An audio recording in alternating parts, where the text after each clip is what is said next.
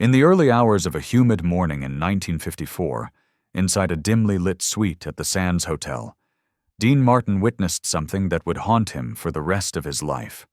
The world knew Frank Sinatra as the invincible chairman of the board, the man with the golden voice and the swagger that could stop traffic on the Las Vegas Strip. But what Dean saw sitting on the edge of that unmade bed wasn't a legend. It was a man so broken by silence and heartbreak that he looked like a ghost in his own life. That night, amidst the haze of cigarette smoke and the silence of a telephone that refused to ring, Frank revealed a secret fear that contradicted everything the public thought they knew about him. It was a moment of terrifying vulnerability that explained exactly how a man could lose everything: his voice, his wife, and his dignity, only to rise from the ashes as the greatest singer of the century. By the way, tell me in the comments, which city are you watching from? To understand the magnitude of that night in 1954, we have to strip away the tuxedo and the myth. We have to go back to a time when Frank Sinatra wasn't the king of Las Vegas, but a man teetering on the edge of oblivion. The friendship between Dean Martin and Frank Sinatra has always been painted as a non-stop party, a blur of bourbon and jokes on stage at the Copa. But the truth, as those closest to them knew, was far more complex. Dean was the cool one, the man who could walk away from anything and sleep soundly. Frank was the live wire, the man who felt everything at a volume that would shatter anyone else.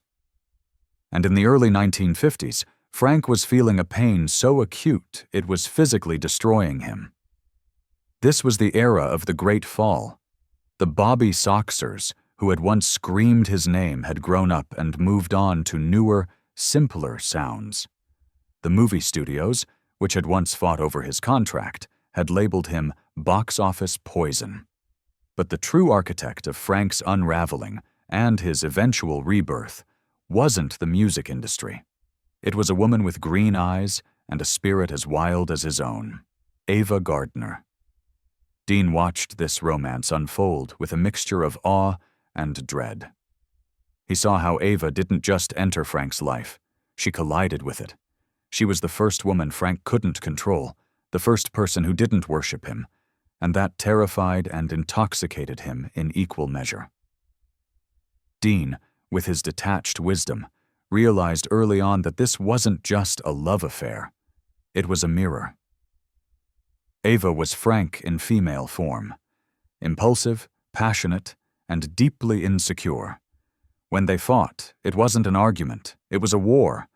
And when they loved, it was desperate.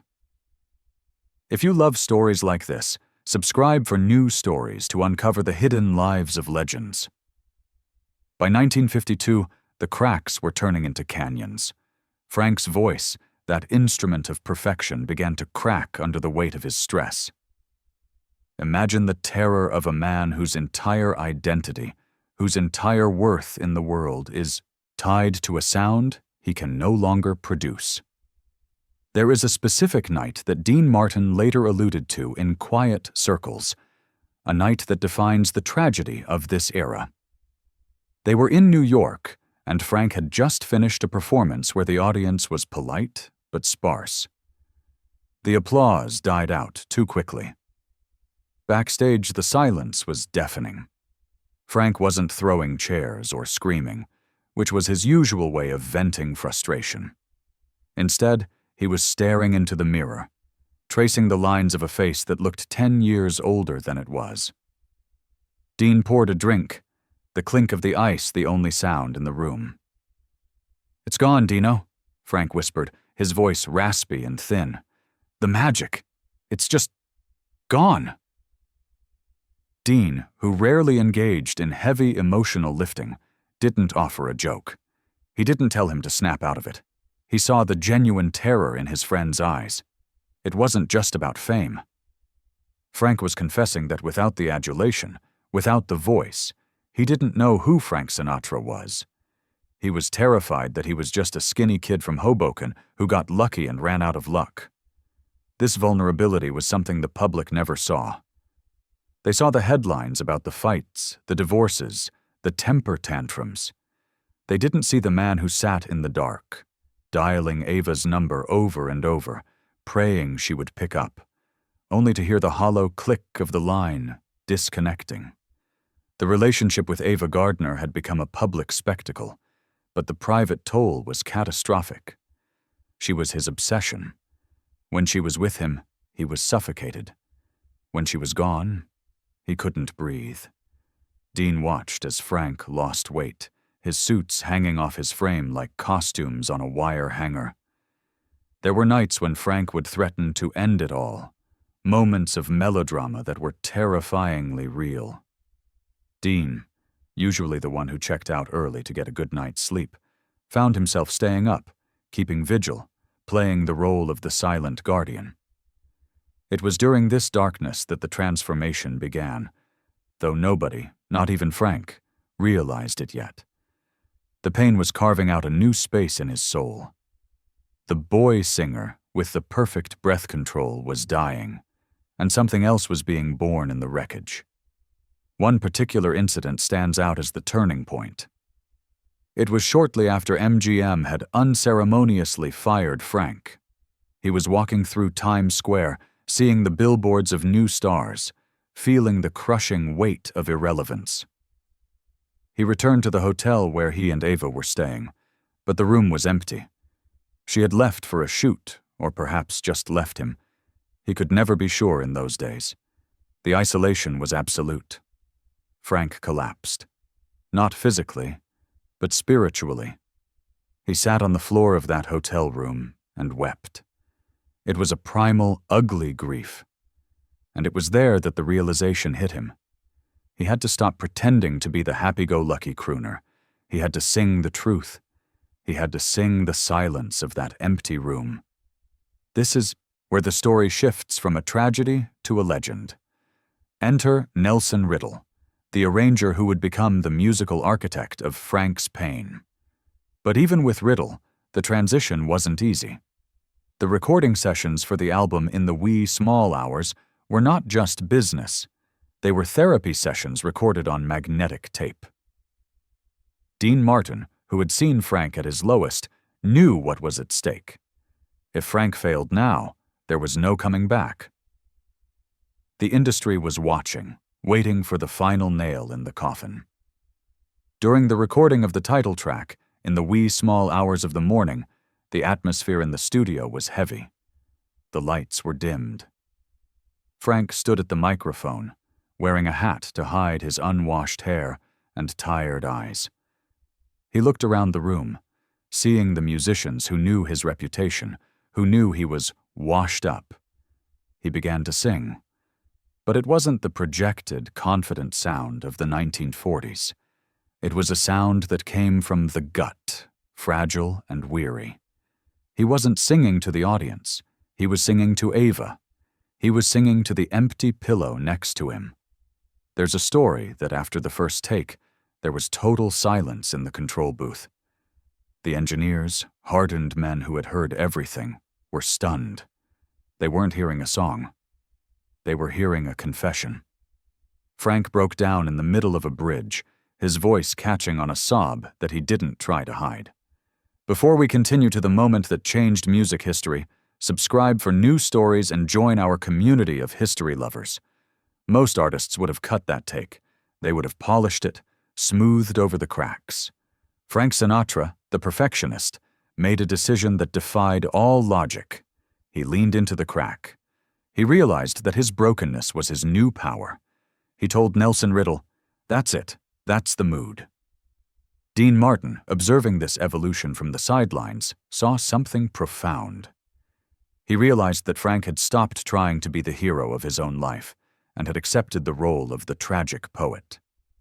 Frank was taking the humiliation of the last few years, the public firing, the mockery in the press, the agony of Ava leaving him for bullfighters and actors, and he was alchemizing it into gold. But the world outside the studio didn't know this yet.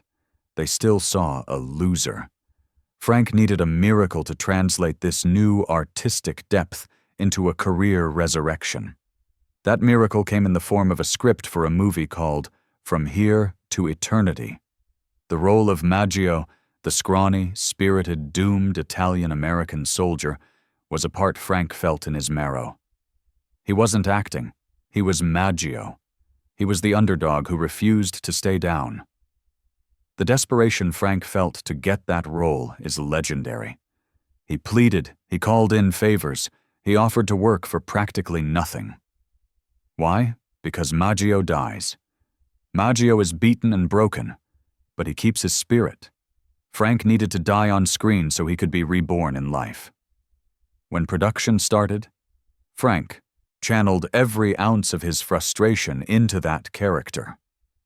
There is a scene where Maggio sits in the back of a truck, playing a harmonica, his eyes filled with a sad, distant knowledge. Dean Martin, watching the rushes later, reportedly said, "That's not acting. That's just Frank on a Tuesday." The release of the film changed the temperature of the entire country toward Frank Sinatra.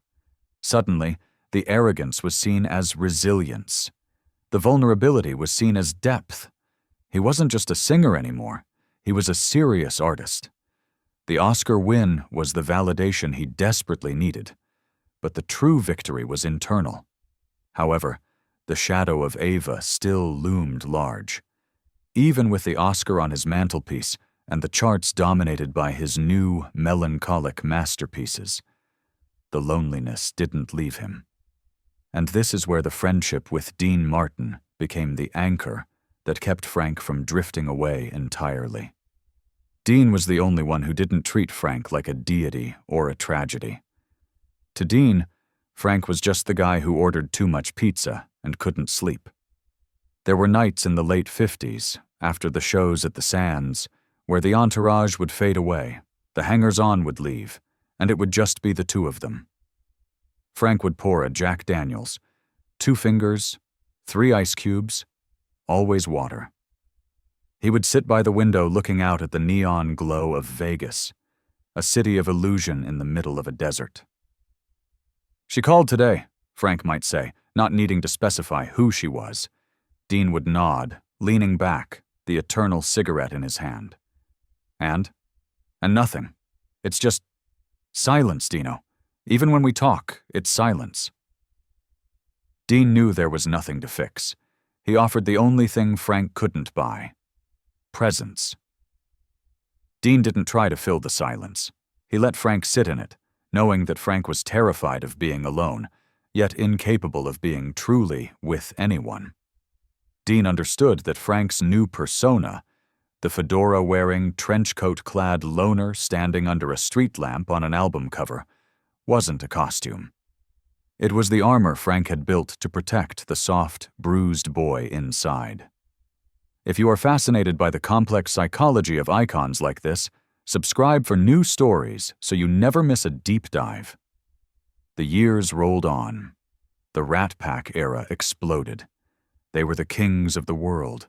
They had the suits, the money, the power. They walked onto the stage, and the room shifted on its axis. But if you look closely at the footage from those days, you see a difference. Dean is loose, effortless, laughing at the absurdity of it all. Frank is intense, coiled, his eyes scanning the room, always needing control, always needing the love to be loud and absolute. Frank's music from this period, Only the Lonely, No One Cares. These weren't just songs. They were open letters to the love he couldn't hold on to. He was telling the world, "I have everything, and I have nothing." There is a poignant story about Frank's 50th birthday. A massive party, the who's who of Hollywood and Washington, champagne flowing like water. But halfway through the night, a close friend found Frank alone on a balcony, looking away from the party. He wasn't celebrating. He was mourning. He had conquered the world, yes. He had proven everyone wrong.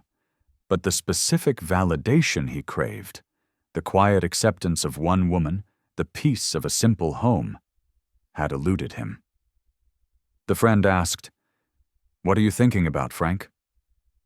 Frank turned, his blue eyes catching the light, looking more like the cover of Wee Small Hours than the birthday boy. "I'm thinking," he said, "that the silence is the loudest noise in the world." It was a profound admission. The man who had shaped the sound of the 20th century was haunted by the silence of his own heart. And yet, it was this very torture that made his voice immortal. If Frank had been happy, if Ava had stayed and baked cookies, if the movies hadn't fired him, we would not have the Sinatra who touches our souls. We would have a pleasant crooner, not a towering artist. As the years turned into decades, the dynamic between Frank and Dean shifted, but the core remained. When Dean's son tragically died, Frank was the one who fell apart, perhaps expressing the grief Dean couldn't show. And when Dean eventually passed away, a part of Frank died with him. The witness to his darkest nights was gone. But let's go back to the question of what we can learn from this.